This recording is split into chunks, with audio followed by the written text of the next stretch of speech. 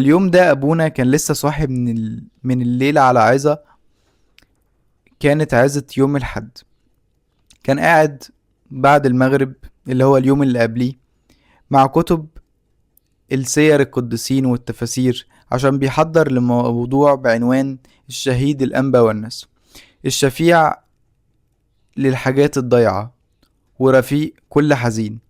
كان في كتب كتيرة بخط ايده، وكان في كلام في ورقيات كده متبعترة على المكتب، وبين كل نقطة والتانية كان بيقف يفكر ويتكلم بصوت عالي كأنه بيتكلم فعلا مع اللي بيكتب عنه.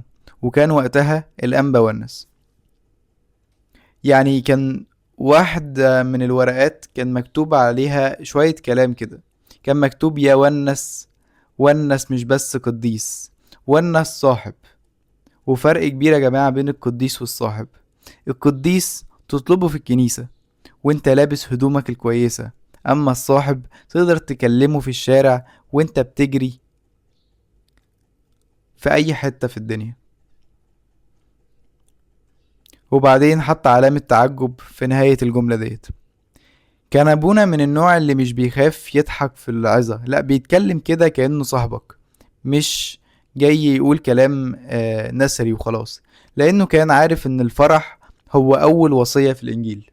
لما خلص التحضير وقف قدام الأيقونة فترة طويلة، مش بيصلي، هو بيتكلم مع ربنا وبيبصله. وبعدين قال بصوت واطي كأنه بيكلم حد حقيقي قدامه: أبونا يؤنس، يا ونس، أنا هعظ عنك بكرة، مش عشان خايف أو محتاج حاجة دلوقتي، بس خليني أقولك حاجة. أنا بحب أحكي معجزاتك للناس، وقلبي بارد.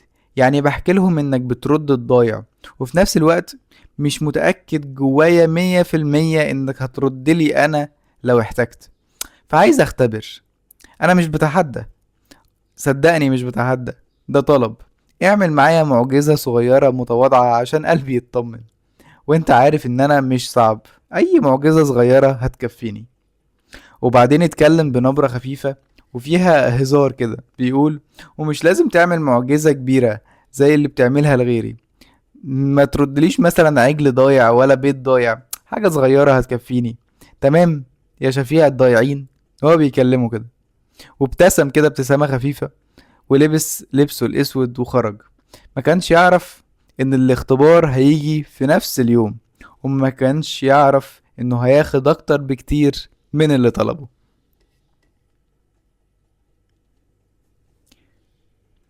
الفصل التاني: العظة اللي غيرت الجو.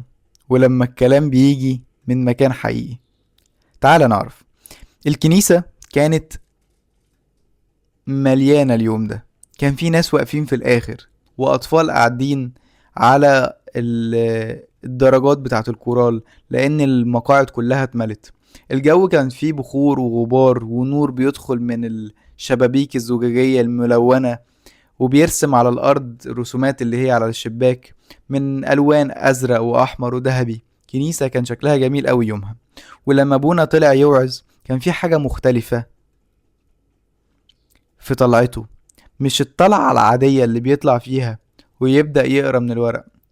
طلع زي واحد عنده كلام مهم لازم يقوله. وقف، بص على الناس، وبعدين ابتدى. قال ايه يا ابونا؟ قال: قبل ما نبدأ عايز اسألكم سؤال. في حد فيكم احتاج يوم من الايام حاجة ضاعت منه؟ مش بس حاجة مادية، اي حاجة. امل ضاع، شخص ضاع، طريق ضاع، ايمان ضاع.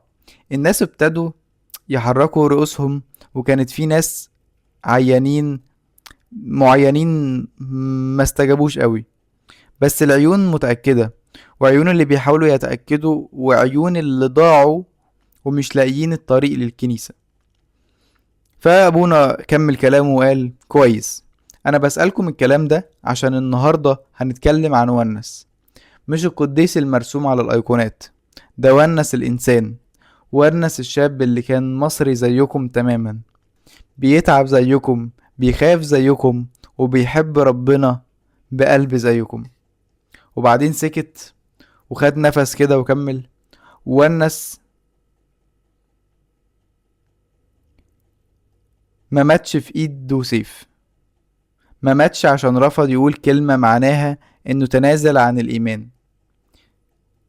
ده مش بطولة في كتاب، ده انسان شاف الخوف في في عيني الجند، وابتلع الخوف ومشي. وبعدين بطريقة ما يتوقعهاش بدأ يهزر كعادته وبيقول: وبعد كل ده القديس الجليل ده ربنا بيكرمه بإيه؟ بيخليه شفيع اللي ضاع. يعني الشهيد العظيم ده شغلته الرئيسية إنه يلاقي لك المحافظ والمفاتيح. الكنيسة كلها ضحكت، وأبونا كمل وهو لسه بيضحك وقال: بس اسمعوا، مش استخفاف، ده عظمة. عظمة ان ربنا بيقول الشهيد ده حبني بقلب كبير جدا، لدرجة انه حتى الحاجات الصغيرة عند الناس اللي بتتعب منها وبتخجل انها بتطلبها ده بيهتم بيها. ربنا بيقول محدش صغير ومحدش محتاجه صغير. الجو في الكنيسة اتغير، بدأت الناس تركز وتسمع وهي مستنية أبونا يكمل. أبونا كمل العظة ومن غير ما يقصد كان كل كلمة فيها حاجة من كلام اللي قاله الصبح للأيقونة، كأن القديس كان بيرد عليه من خلال العظة نفسها. لما أبونا خلص ونزل، في واحدة كبيرة في السن اسمها أم الجرجس قالت له: أبونا، أنا تعبت من كتر ما بدعيلك، قلت ربنا يفرحك النهاردة بحاجة تفرح قلبك. ابونا ابتسم كده، ما كانش يعرف ان ام جرجس بتتنبأ من غير ما تعرف. ونيجي لأهم نقطة في قصتنا، وهي الكمين. بعد الخدمة ابونا خرج من الكنيسة وركب عربيته القديمة، فيات ابيض. لونه اتغير اصلا، ما بقاش ابيض زي زمان، بقى رمادي كده او اصفر باهت. العربية دي فيها قصص كتيرة، وابونا كان مسميها عربية الخير، لان كل ما حد يطلب منه يوصله حتة بعيدة كانت بتوصله وترجع بالبركة. الطريق كان فاضي نسبيا. ابونا كان شاغل باله بالعظة الجاية وبيفكر في فكرة فيها من زمان، انه يعمل حلقة للشباب عن سير القديسين، بس باسلوب مختلف، مش بتاريخ جاف، لا، حواديت حقيقية. وهو في الطريق شاف من بعيد كمين امن، كان في ناس واقفين على الطريق وبوليس وعربيات واقفة. الكمين اللي هو بيكون روتين موجود كل فترة، وبيوقفوا العربيات يطلبوا منهم الرخص. ابونا بدأ يهدي كده على جنب وفتح الشباك وابتسم للشرطي اللي قرب منه. الأمين الشرطة بيقول له: الرخصة يا فندم. أبونا قال له: حاضر يا ابني. مد ايده على الكرسي اللي جنبه، مفيش. فتح التابلو، مفيش. بص على الأرضية، مفيش. وبعدين فضل كده واقف في نص الكمين، محفظته وكل أوراقه مع رخصته، رخصة العربية، البطاقة، الفيزا، كل حاجة مش موجودة. أبونا بصوت هادي كده بالعافية قال له: صدقني يا ابني نسيتها في البيت. فأمين الشرطة قال له: البطاقة طيب؟ أبونا قال له: نسيت المحفظة كلها يا ابني. الأمين قال له: يعني مفيش ورقة واحدة معاك؟ أبونا قال له: ولا ورقة. الأمين بص على الضابط الواقف على بعد خطوات، والضابط كان بيبص بالعافية، والجو كان واضح فيه حاجة مش تمام. أبونا يوحنس وقتها بدل ما يتوتر أو يبدأ يشرح أو يعتذر، عمل حاجة غريبة. بص في سقف العربية كأنه بص لفوق يعني، وزي ما بتبص على صاحب قاعد جنبك وانت عايز تقوله حاجة بعينيك. وقال كده: كده يا ونس. الكلام ده قاله في سره: كده يا ونس، ده اللي قصدته لما قلتلك اعمل معايا معجزة. هتحبسني يا عم؟ مش انت اللي بترد الضايع والمحتاج؟ اتصرف يا بطل. بعد كده الضابط رجع للعربية. الضابط كان فيه حوالي الضابط كان فيه حوالي 30 سنة الرينج ده. وشه حاد جدا، مش بس فيه شر، من النوع اللي بيعمل شغله بجدية يعني، مش بيحب الناس يحاولوا يخلصوا المسؤولية بشوية كلام فاضي. وقف جنب عربية أبونا، بص فيه وبعدين قال: تحلف إنك نسيتها؟ السؤال ده كان فخ، مش فخ بالمعنى الشرير، بس السؤال ده بيطلب من الواحد يا إما يحلف أو يوقع نفسه في ورطة. وفي ثقافتنا الحلفان بيكون زي التوقيع على ورقة، لو قلت والله ومعكش حق ده موضوع تقيل. أبونا يؤنس مش بس عارف ده جزء من إيمانه. إحنا كمسيحيين مش بنحلف مش عشان بنكذب، بالعكس عشان بنصدق الكلمة عندنا كفاية. نعم نعم، لا لا. أبونا رد بهدوء تام، مش هدوء الخوف، لأ هدوء واثق. قال له احنا مش بنحلف يا ابني، احنا بنقول صدقني. بس لو حضرتك عايزني احلف انا لأ، مش هحلف. الكلام ده وقع على الضابط بطريقة ما توقعهاش، مش عشان الكلام كان صعب، عشان الكلام كان صادق بشكل نادر. الناس عادة لما بيتضغطوا بيحلفوا وبيزيدوا في الحلف. الراجل ده رفض يحلف عشان مش من عادته. الضابط بص على الأمين اللي كان واقف جنبه، والأمين بص على الضابط، وكان في نظرة بين الاتنين فيها سؤال: مين ده؟ وبعدين الضابط بص تاني على أبونا، على لبسه الأسود وعلى الصليب الصغير اللي على صدره وعلى وشه الهادي اللي مش بس فيه ثقة، هو فيه اطمئنان كده. الضابط قال له سيبه يمشي. الأمين قال له بس فالضابط قال له سيبه، ده لو مش صادق كان حلف 100 يمين عشان يمشي. معروف عنهم ان هم مش بيحلفوا. ابونا شغل العربية وقال له استأذنك، وبدأ يمشي بالراحة وبيقول الكلام ده في سره: يا ونس، ده جزء من المعجزة ولا هي دي المعجزة ولا ايه؟ رجع ابونا البيت وفي باله حاجة واحدة: المحفظة فين؟ مش عشان خايف، هو عدى الكمين بسلام، بس المحفظة فيها حاجات مهمة: الرخصة والبطاقة والفيزا اللي كان ضروري يلاقيها قريب، وشوية الفلوس اللي كانت معاه عشان محتاج يدفع حاجات كتيرة للكنيسة. دخل البيت وبص على الكنبة، مفيش. بص على الكرسي اللي بيقعد عليه لما بيلبس الكوتش، برضه مفيش. مراته أم جورج واحدة من النوع الهادي اللي بيعرف امتى يتكلم وامتى يقعد وما يتكلمش. لما شافته بيدور فهمت ان في حاجة، سألته بعينيها كده، فقال لها المحفظة مش عارف حطيتها فين. فأم جورج قالت له امتى الكلام ده؟ فأبونا قال لها من الصبح، خرجت وهي مش معايا. الاتنين بدأوا يدوروا، وأم جورج من النوع اللي بتدور بتقلب المكان على الحاجة: الدواليب تحت السرير، الأرفف جوه الأكياس، جوه المخدات، ومش بتتكلم كتير وهي بتدور، هي بس ايدها قاعدة تدخل جوه كل حاجة.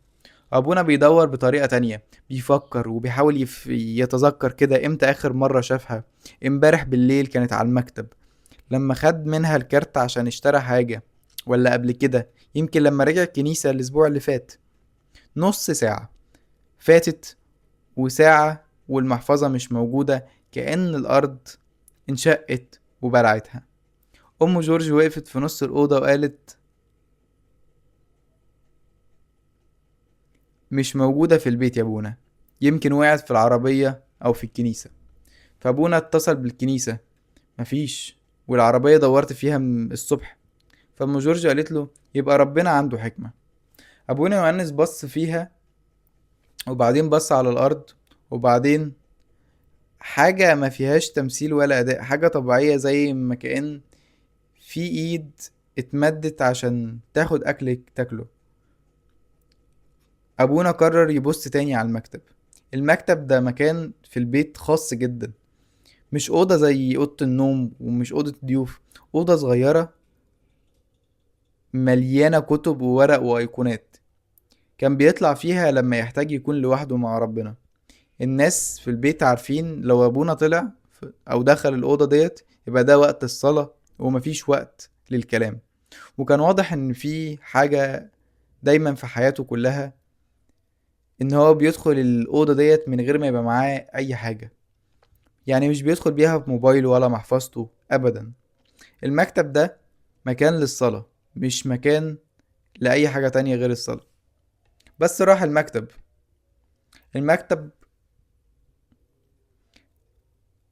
دايما بيبقى منظم، بس في كتب كتيرة مكدوسة بس بترتيب هو بيفهمه. ورق مكتوب فيه أفكار وعظات مستقبلية، وفي شباك وفي كرسي جنب الشباك كده، بيبقى بيبص، بيقعد على الكرسي وبيشوف السما وهو بيصلي. وعلى الحيطة في أيقونات زي أيقونة المسيح والست العذراء وأنبا أنطونيوس ومارجرجس، وطبعا الأنبا والناس. أبونا دخل الأوضة، بص حواليه، مفيش محفظة طبعا. هو نفسه عارف إنها مش هتبقى هنا، هو مش بيجي هنا أصلا بأي حاجة. وقف قدام صورة الأنبا والنس. الصورة دي كانت أصغر أيقونة موجودة في الأوضة، كانت فوق السرير. هي عبارة عن وش بسيط، عينين هاديين جدا، خلفية ذهبية بهتت من السنين. لكن أبونا كان بيحس دايما إن الصورة دي بتبص فيه هو شخصيا، مش بتبص في الهوا. وقف وسكت لثواني، وبعدين اتكلم بوجع حقيقي، مش صلاة متعلمها، لأ، حكاية بين صاحبين. وقال له كده: يا ونس، فين المحفظة؟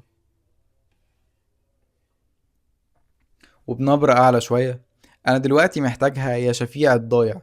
الفيزا جواها محتاج ألاقيها، وفيها فلوس للكنيسة، والرخصة اللي لو اتوقفت تاني من غيرها ممكن تبقى حكاية.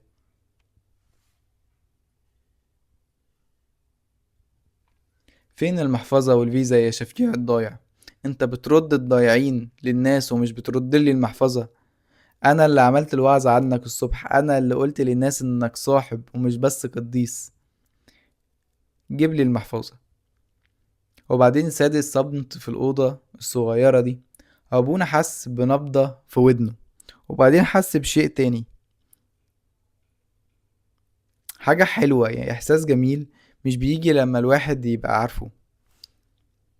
فقال بصوت عالي: معلش يا ونس، أنا مش زعلان منك، أنا زعلان من الموقف، بس أنت عارف إني بحبك وعارف إني بثق فيك، ولو ربنا مش عايز هترجع هيديني تعويض كمان.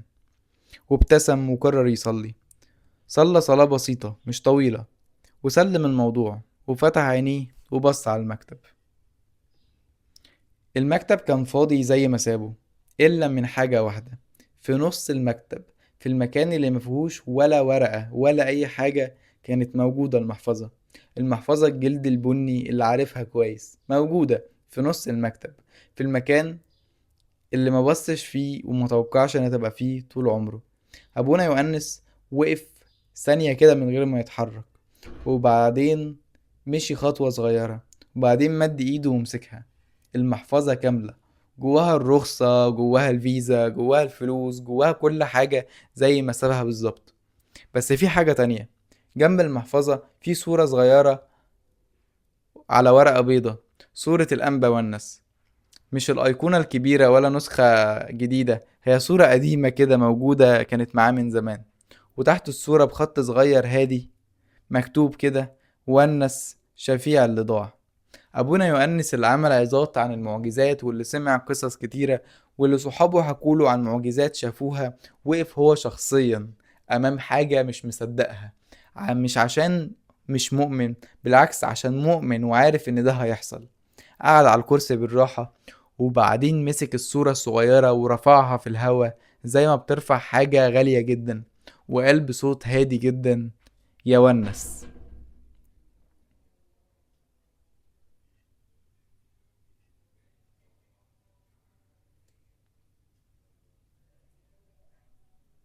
طبعا أبونا حكى القصة. مستحيل حد يعيش حاجة زي ديت ويسكت عنها، بس اللي ما كانش يعرفه إن القصة كانت لسه ما خلصتش. في الأسبوع اللي بعده جه واحد اسمه أشرف يزور الكنيسة. أشرف كان مسلم من حي مجاور، راجل في الأربعين، وكان بيشتغل مقاول. جه مش عشان عنده أسئلة دينية، جه عشان سمع إن في قسيس أو أبونا اسمه أبونا يؤنس بيحكي عن حكاوي عن قديسين وعن حاجات بترجع. هحكي لكم قصة عم أشرف الفيديو الجاي. ما تنسوش تتابعوا القناة عشان تعرفوا قصة عم أشرف وأبونا يؤنس وإيه اللي حصل ما بينهم.